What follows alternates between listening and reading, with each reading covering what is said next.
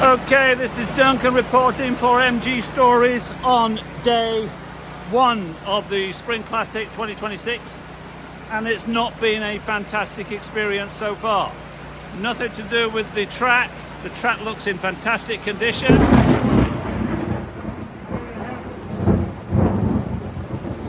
But the weather is a little bit less than it could be, and my car is a little bit less than it could be.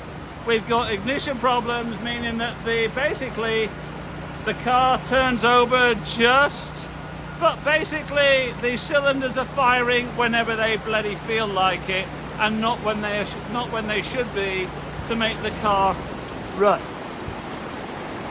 So we're here with Carl. Say hello, Carl. How do you do, folks? And I'm getting a big shout out to two people. First person is Carl. Carl is happy to come along and do crewing for that. He's borrowed from Garage 212 into Garage 42. I'm really grateful you're here, Carl. And John Nichols of Brit Auto. John has been a fantastic consultant so far, but all the electrical stuff that we have tried has unfortunately failed. We have tried adjusting the Mallory electronic ignition, failed there. We've tried swapping out the Mallory for an original, close to original distributor from Lucas that has been processed by Advanced Distributors. So that's a new distributor. That's failed. We had a spare coil, thanks Bob Eagleson, but that failed as well. And we even took the connection directly from the coil to the battery to see if that would give us any kind of better feed of electricity.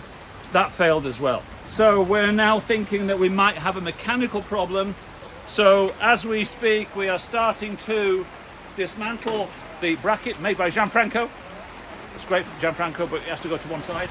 We're dropping the fluids out of the radiator.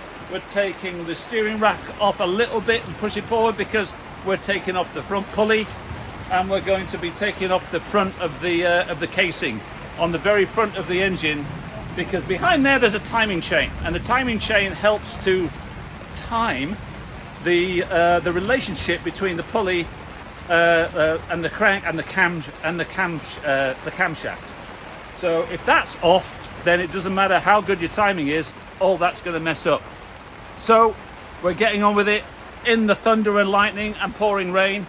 I'd like to call out my excellence. It may not be in car mechanics, as you can see, but I've got a new future as a guttering engineer. We've got two 10x10 tents here.